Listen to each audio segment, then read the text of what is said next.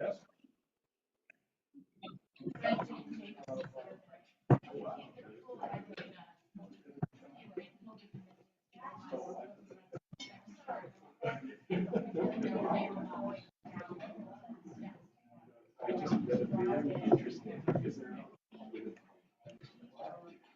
All right. Good afternoon. Hello. Good afternoon. Let's get started. So my name is Sarah Buck, and I am the current president of the Rotary Club of Chicago, and I am officially calling the 5,741st meeting to order.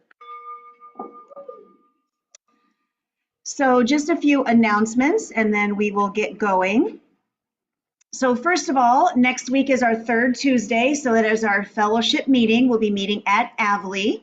Don't forget to validate those parking vouchers. And so again, our fellowship meetings, we don't have an outside speaker. We just get to hang out. So please make sure that you do register. That is next Tuesday at Avley for our fellowship meeting. Here is our fun fact for today. I've been wanting to get one from her for quite some time. So Allison was on the Student Advisory Board for the Illinois State Board of Education.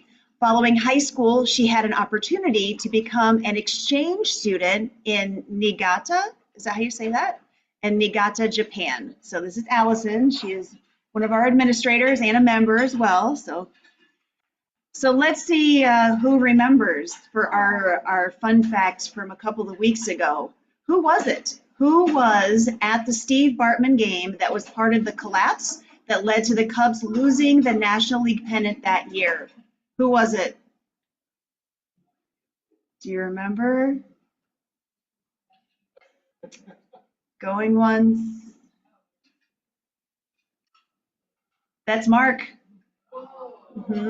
Mark is the one that's given me a lot of really cool stories. And so, yeah, that one is Mark again. He gave me about 10 of them. So in the future, if you forget, just guess Mark and you might be right. Yeah. Okay. So a couple more announcements here for people who are interested in needing to learn how to navigate DAC-DB. There is a session today at 3:30. They'll be covering topics related to the login, the home page, My Data, Pmail, and Calendar. So if you're interested in participating in this opportunity to navigate DAC-DB, the registration for that was in the email from this morning. We are still collecting updated credit card information because we switched, basically, I guess the best way to put it is we switched platforms. And so not all of the credit card information was transferred over. So we need a current and correct credit card. So if you haven't done that yet and you are in this room, Alicia is right out there. Definitely connect with her. Because if your new payment method is not established by April 25th, then you are going to be accumulating outstanding balances with the club, and we don't want that. So please make sure that you do pay attention to that and update your credit card. Our CPS grants are coming due this week, April 11th. So for those of you unfamiliar with this program, this is the 6th year that we are doing this. These are requests for proposals that go out to CPS teachers and administrators, and they can write a grant proposal for up to $3,000, and it'll be implemented next year. So far, I think I have 7 or 8 who have submitted. I get a lot. Teachers also do their homework at the last minute, it seems, so I will probably get a few more on the 10th or the morning of the 11th even. So if you know anyone in CPS, please make sure that you get them this information. The information is on our website. We have Networkapalooza, which is coming on April 24th at 5. This is at the Irish American Heritage Center. This is a great way to get together with people from the BEA, from Rotary, and the Small Business Advocacy Council. So this is a networking event. You've got the QR code there if perhaps you can attend. So this is, again, April 24th at 5 at the Irish American Heritage Center. Nancy, raise your hand in case not everybody knows you. So I'm not counting down or anything, but it's coming. It's coming. So Nancy will be officially taking over on July 1st, but her installation is occurring on July 31st, right? Call it a party. Nancy's party is occurring on July 31st here at the Union League Club. So please save the date. This is a big deal. Installations are a really big deal. So come out and support her on July 31st. That is a Thursday. It is a Thursday. Is it a Tuesday? Is it Tuesday? It's a Thursday. We will not have a Tuesday meeting that week. Okay.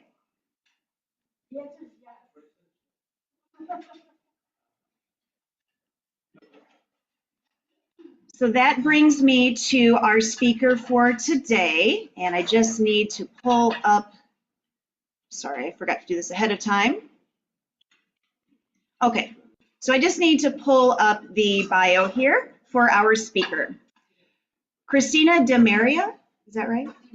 DeMarea. I'm sure you've gotten that a lot. Yes, okay. We'll blame him. All right. Christina is a passionate leader whose career has aligned with endeavors that invest in community to nurture the individual and collective human spirit and build bridges between diverse populations. Christina brings over 20 years of nonprofit leadership experience in building organizational infrastructure, program development, and revenue generation. Christina's current role at Luminart's Cultural Foundation builds on her firm belief that art is not superfluous in our goals for a more peaceful world, but absolutely essential. So with that, let me pull up your presentation. And then we also get a musical presentation today as well. So this is all very exciting.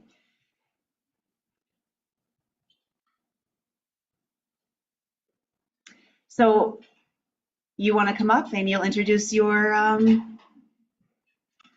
trumpet player.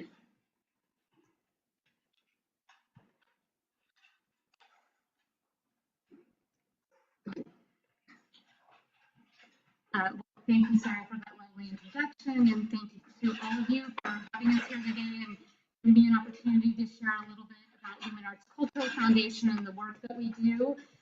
Because our work is very much focused on supporting emerging artists, I thought the best way to set the tone for this presentation is to have one of our emerging artists who have been awarded a Luminart's Fellow play for us to just kind of kick things off with art. So I would like to introduce DeMarea Barclay, who is our 2025 Jazz Improv Fellow. DeMarea is a Chicago jazz musician, educator. He's actually playing the Jazz Showcase tonight. We are really blessed to have him here today, and I will let him play.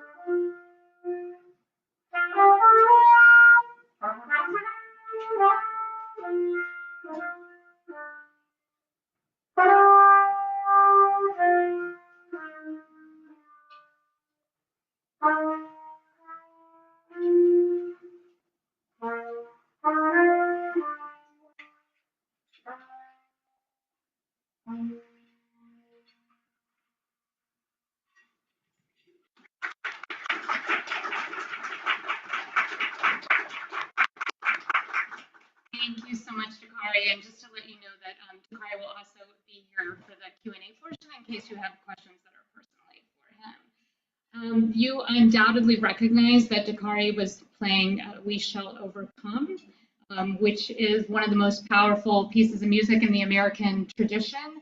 It not only galvanized the civil rights movement, but it has galvanized movements all over the world since then, rooted in the tradition of the enslaved, as well as subsequent spirituals. It really continues to be an empowering piece of music. In the words of John Lewis, he said of We Shall Overcome, it gave you a sense of faith, a sense of strength to continue to struggle, to continue to push on, and you would lose your sense of fear. You were prepared to march into hell's fire.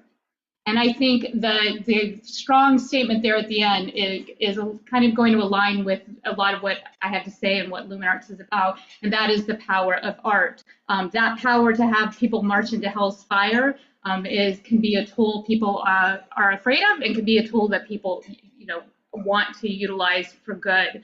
The other thing to point out about Dakari is that he is a jazz musician, which is a tradition that was born in America, and it has a strong history of cultural power. Whether you think of Billie Holiday's Strange Fruit, that just really refused to let people look away from what was happening in the South at the time, to the ambassadorship of jazz legends Dave Brubeck and Louis Armstrong traveling to Russia at the dawn of the Cold War to promote peace. I know that, and I've put some alignment here with what we believe and what Rotary believes, and certainly ambassadorship of artists I know is something that Rotary values too, because we believe the bedrock of Lumen Arts is that art has power, and that art is essential to a responsible citizenry, and it confirms our heritage, it challenges our heritage, it shows us what we can be and aspire to be, and it also shows us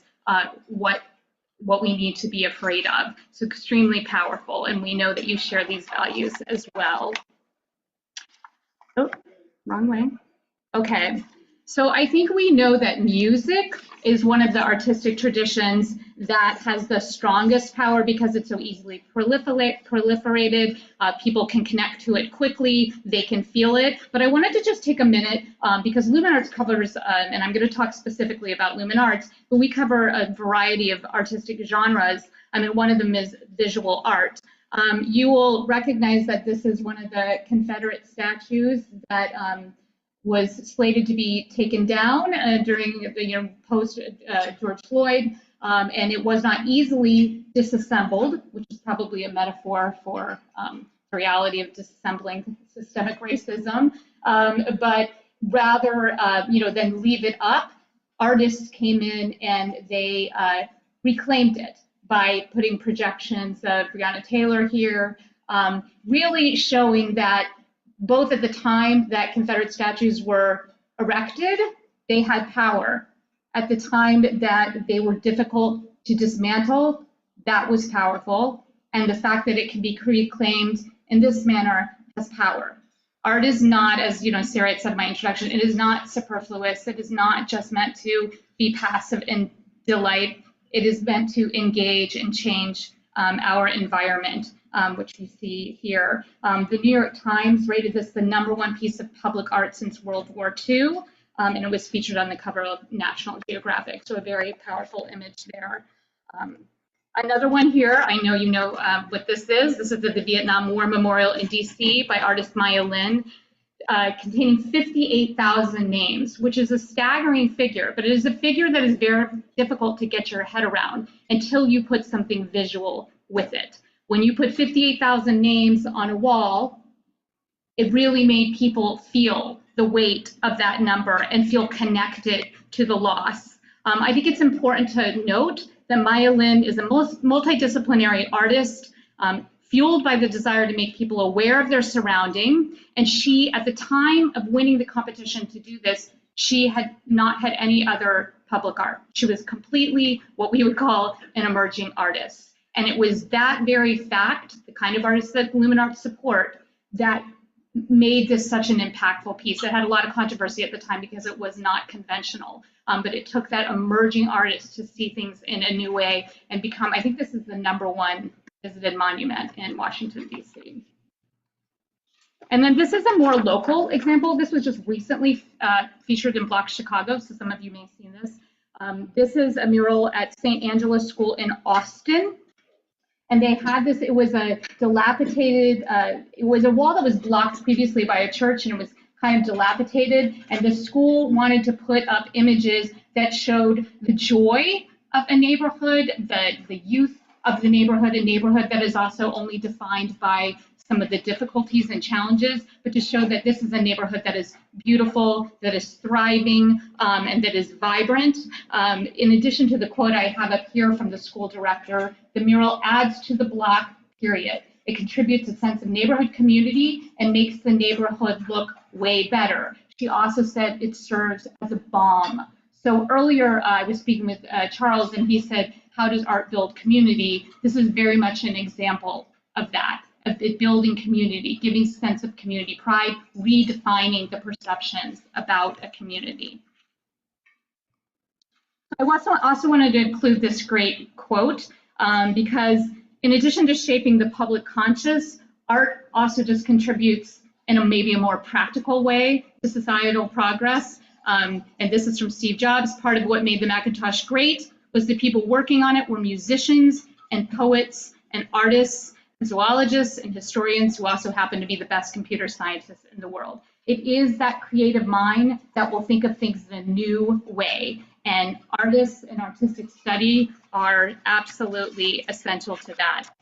So now I want to link this more directly to Lumen Arts. At its heart, Lumen Arts Cultural Foundation is an extension of that patronage system, the patronage system that, like the Medicis, that birthed the Renaissance. It is that funneling of funds directly to artists so that they can develop their talents to further not only art in the world, but also our society. I want to start maybe with this video that Sarah and I are gonna try to show. Yeah, we're gonna do a little team effort here. Is that it? Oh, we're good. This is a little classroom hack here. Yeah, Sarah's got the classroom hack. I'll take that. Yeah. This thing.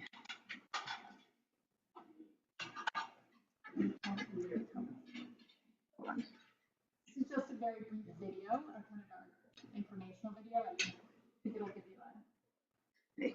So there might be a little bit of a lag because I've got the video and she's got the audio. So, okay, ready? You want to Oh yeah. Okay, ready? Okay, and go.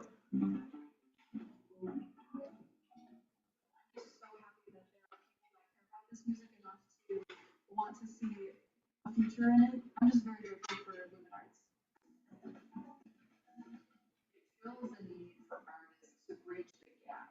I had a couple of friends who were Lumen Arts fellows last year, and they talked about how much they appreciated the support that Lumen Arts gave them. It was a really important moment for me as a young artist. My family was struggling. I was still a student, nothing left over for music education. And of course, I had a scholarship, but paying for piano accompanists or airfare to other competitions. Sheet music purchase are stuff that aspiring young artists have to pay for out of their pocket. This fellowship will help me with all my coaching, lessons, preparing for roles, traveling to auditions and competitions.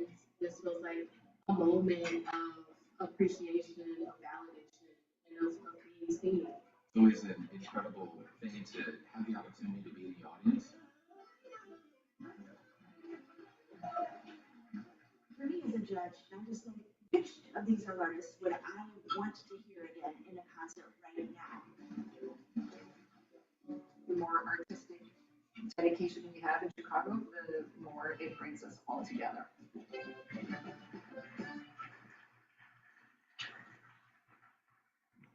I'm really proud of the two of us. That was really good. Like, that was like really good. Thank you very much. Right. Maybe not high art, but yeah.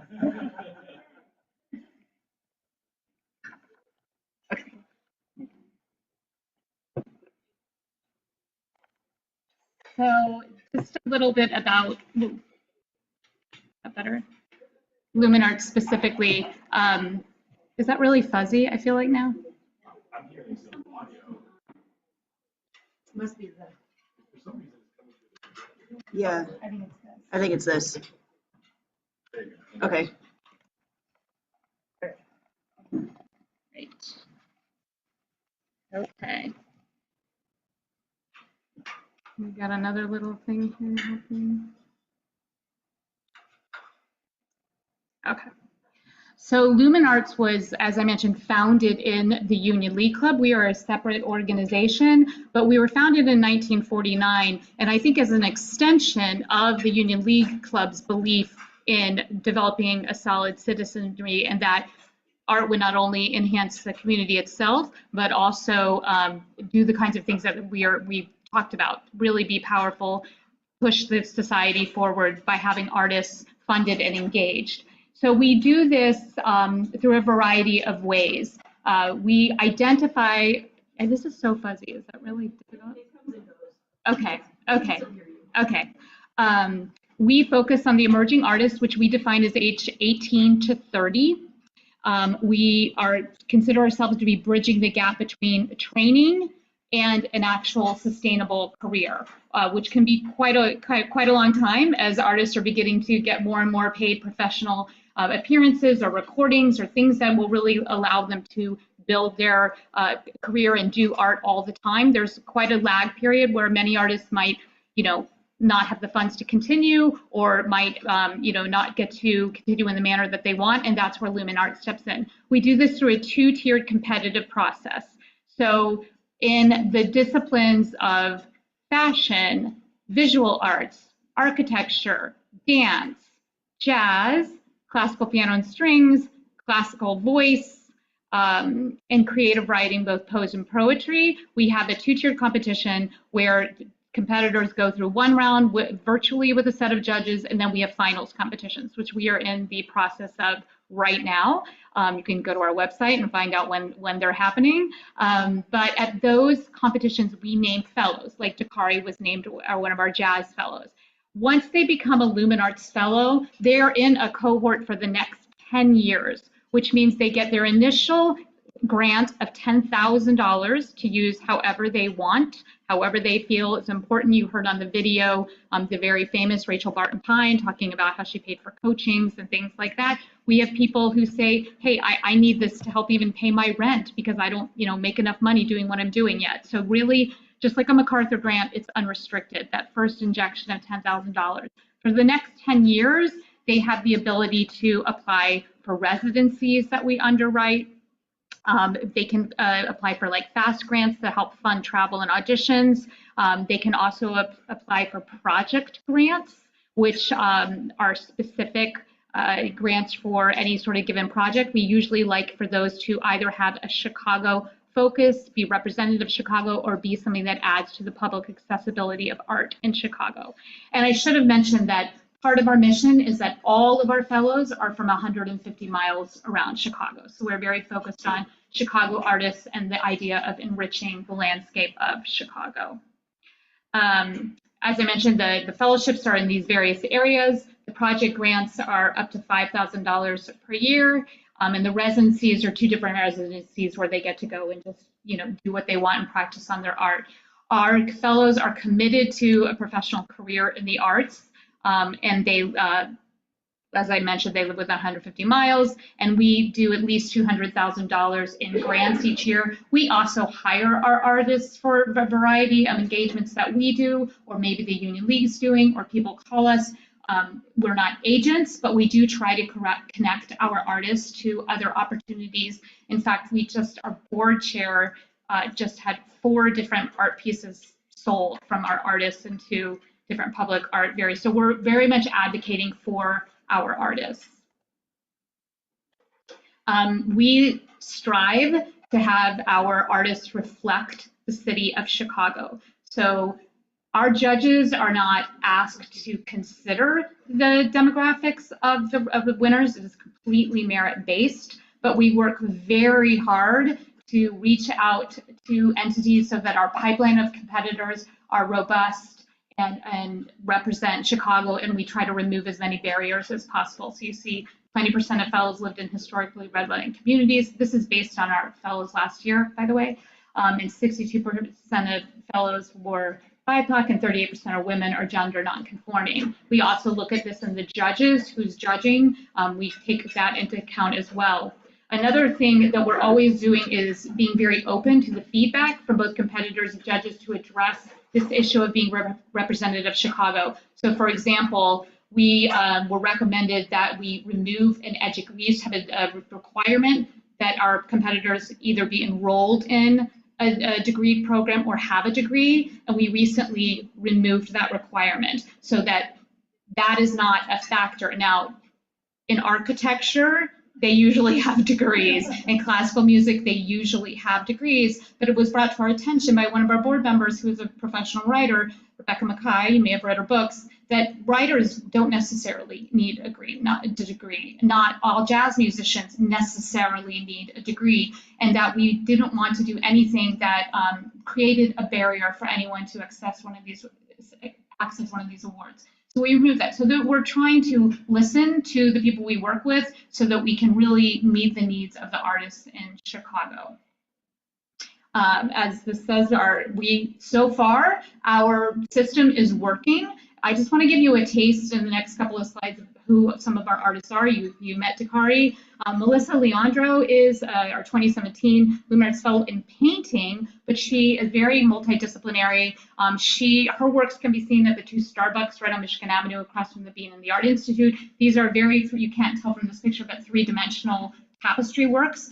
Tapestry seems to have made a resurgence. It's traditionally a form that you see in the Vatican and things like that, really historical moments, but it's also been reclaimed to tell kind of modern existence. She is from Argentina, living in the US now. Her works are really quite in demand right now, and as you can see, she's represented at Andrew Raffet's gallery in Chicago. Very much, if you can get one of her works now, I would recommend it because they are going way up in value with every passing day. Janae Bridges, who is an incredibly accomplished mezzo-soprano. She is one of our awardees, and someone like Janae, you see here, she is a champion for inclusion in the arts. She, though, adds herself, just her own success, also is an inspirational example to many young people of color pursuing a degree in or a performance career in classical art. So Janae is just an incredible example of being a leader in both kind of activism as well as arts. And then Jahari Stampley, who is 2023 Lumen Arts Fellow in Jazz. Jahari is, we were just talking about Jahari, he's very special. He is an incredibly accomplished jazz musician already, and I think he's maybe 24 now. He is the only non-classical artist to be named Chicago Youth Symphony alumni. They've only named classical musicians up until Jahari. He's a Chicagoan of the Year. He's already played Carnegie Hall. So Jahari is an example of someone who's really pushing the perceptions of jazz and musicians in general. And Jahari grew up in Austin, in Chicago, and was identified early on, and then ended up going to Manhattan School of Music. So just really three great examples of how this identification process that we do is leading, in addition to Rachel Barton-Pine, who you saw in the video, who is obviously incredibly accomplished. Our winners are going on to be impactful in their field.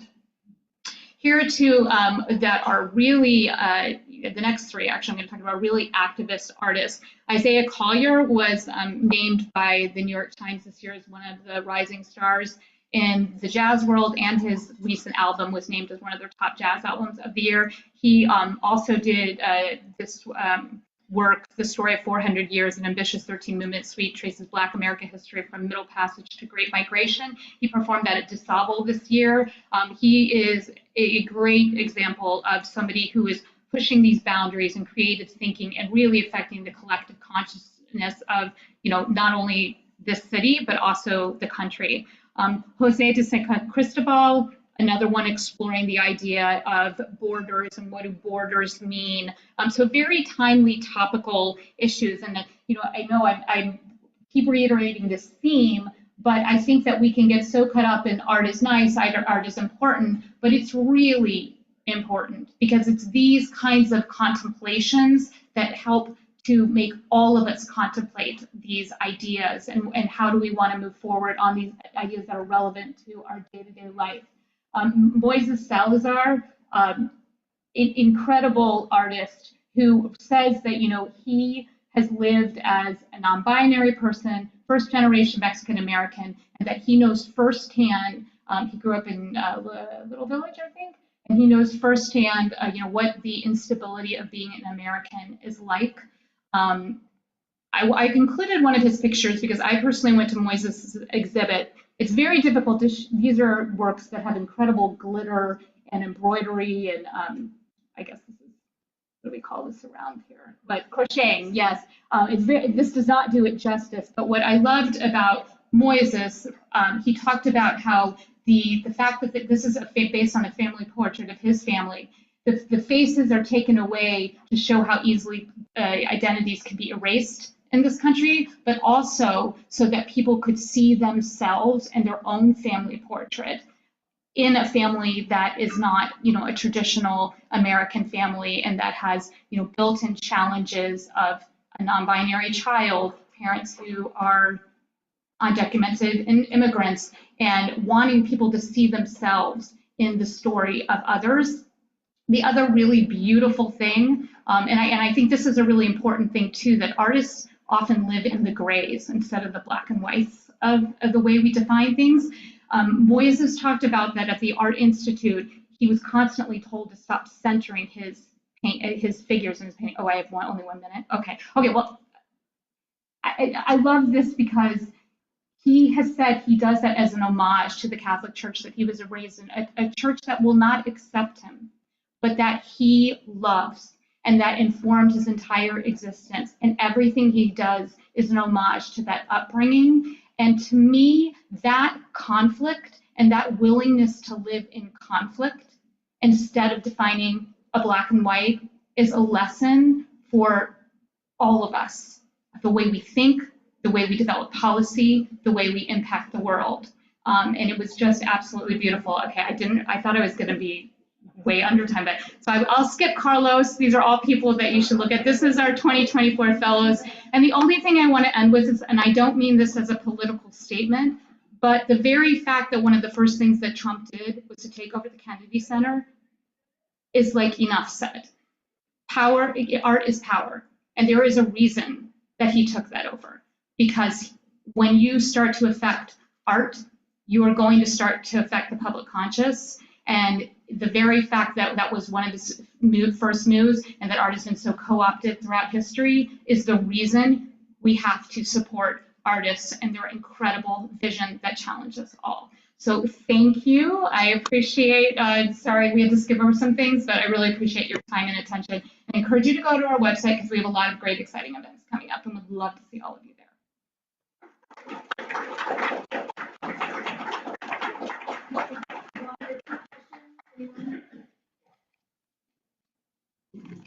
Hi, thank you very much. I'm Morgan, and I'm actually visiting Oh, great. Albuquerque, New Mexico. Great. I'm here for the opera.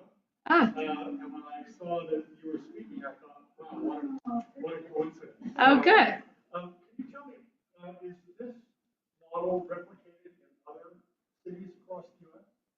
So there's other organizations like ours. There's even a couple of other granting organizations within the city of Chicago that fund artists. What's unique about Lumen Arts is that we do so many different disciplines. Most will either fund visual arts or a specific piece of, the musical arts, and the fact that we have such a large breadth is what differentiates us. And I would just say that is not only remarkable in terms of our reach, but what happens is because we bring our artists together for different events or at residencies, they develop a community and a cross-pollination of ideas. And I've heard that directly from numerous artists. So that is very special about Lumen Arts.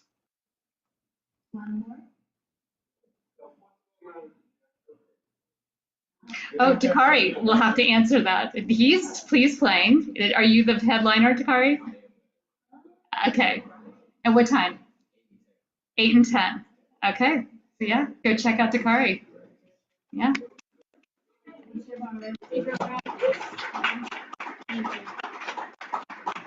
Stay here as I have a gift for you. So as one of our esteemed speakers, you are now the owner of one of our tote bags with our logo on it. So please carry this around with pride. And we are very grateful that you came and shared your organization with us and our music today too. All right, thank you. My mother is a Rotarian. Oh, that's nice. Thank you. Well, maybe I should be, maybe everything. Okay, so I will continue here. We have a handful of visiting Rotarians. So here's what we're going to do. My visiting Rotarians, I think I have 3 in the room. So if you'll just come up, you'll speak right into the microphone. Just tell us who you are and where you are coming from. So my 3 visiting Rotarians, come on up so we can meet you.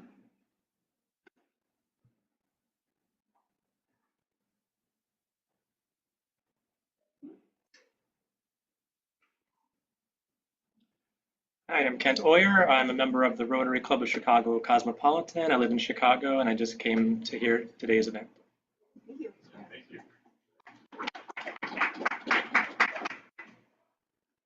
Hi, Mark Goodman, Rotary Club of Albuquerque, a past president and also assistant governor of District 5520. So it's wonderful to be here.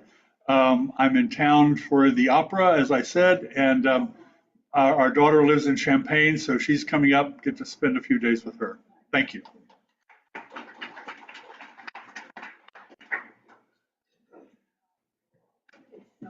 Hello, I was defining myself as guest, but as a foundation alumna. I'm here as a Rotarian partly, thank you for that. My name is Katrine, I come from Estonia. I was here hosted by late Jack and June Hedrick. Exactly 20 years ago, we were preparing for Centennial, and I left before it happened. I was blessed enough to be hosted by Rotary One and Jack and June Hedrick. So I am in the US to pay tribute, which I did on Friday, to a lady who gave me this angel. She came to Estonia at the year that your club or foundation was founded, 1949, from O'Fallon, Sisters of Most Precious Blood, to start an English school in Helsinki. And when she retired, she came to Estonia and starting to work at the school where I have been since 95.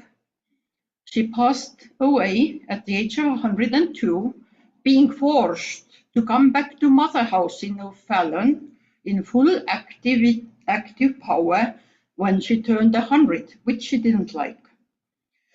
But we had a lot of Rotary projects. I helped her since I got to know her because of my English. We had Rotary projects between Tallinna Rotary Club and Denver Rotary Club because of a former student of hers, whose father was a Fulbright scholar in Helsinki and who studied. So we have actually done a lot of work thanks to her, and this is thanks to her that I heard about the scholarship. I applied and came here. So this is really tribute to her, tribute to the foundation, to Rotary One, late Jack and June Hedrick, and all the good deeds that you have all done and she has done. Thank you.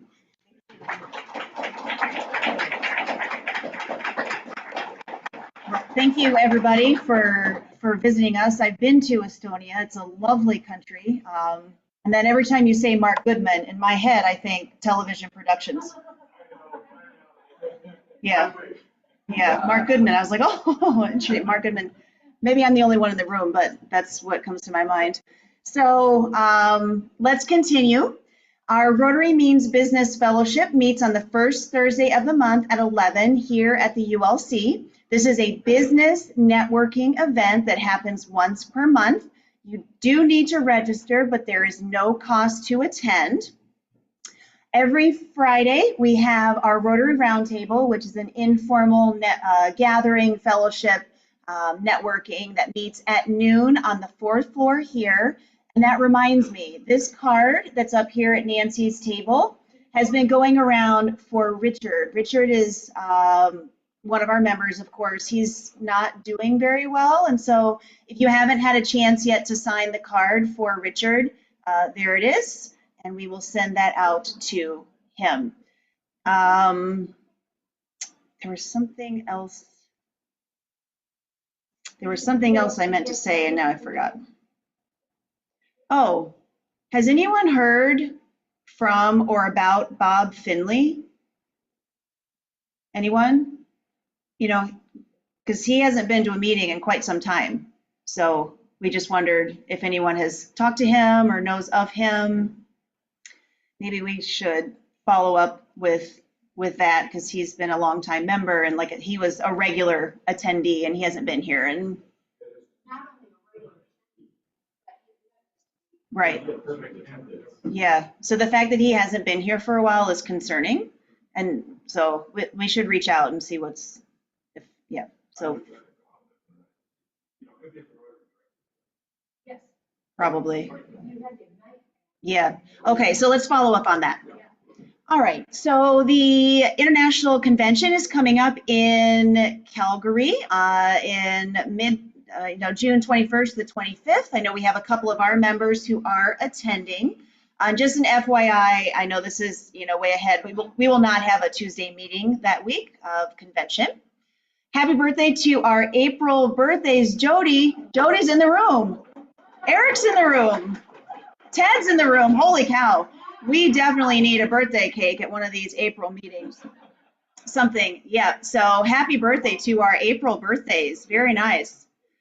Okay, so of course I have to stand and nicely request that you make your donations to the foundation, because we can't do the stuff that we do without these donations, right? So our CPS grants, our Chicago River cleanup that's coming up in June, our college scholarships, all of our international stuff, we rely on donations. So please make sure that you are contacting the office about how you want to make your donation. You can have it rolled into your monthly dues. That's what I do, or you can pay a lump sum. You can do both. It doesn't have to be a whole lot, just whatever you can handle is great. So just before I close, next week, do we meet here? We do not. So next week is at Avley. That is our fellowship meeting. So please register, come and hang out, and we just get to spend time together, and that's the best thing. Okay? So with that, we will complete our meeting with our four-way test. Go ahead and stand up. All right. So this is the Rotary four-way test of the things we think, say, or do. Number 1, is it the truth? Number 2, is it fair to all concerned? Number 3, will it build goodwill and better friendships? Number 4, will it be beneficial to all concerned? And our number 5 is, will it be fun? So with that, I want to get a picture of our visiting Rotarians with me, and I call this meeting to a close. Thank you.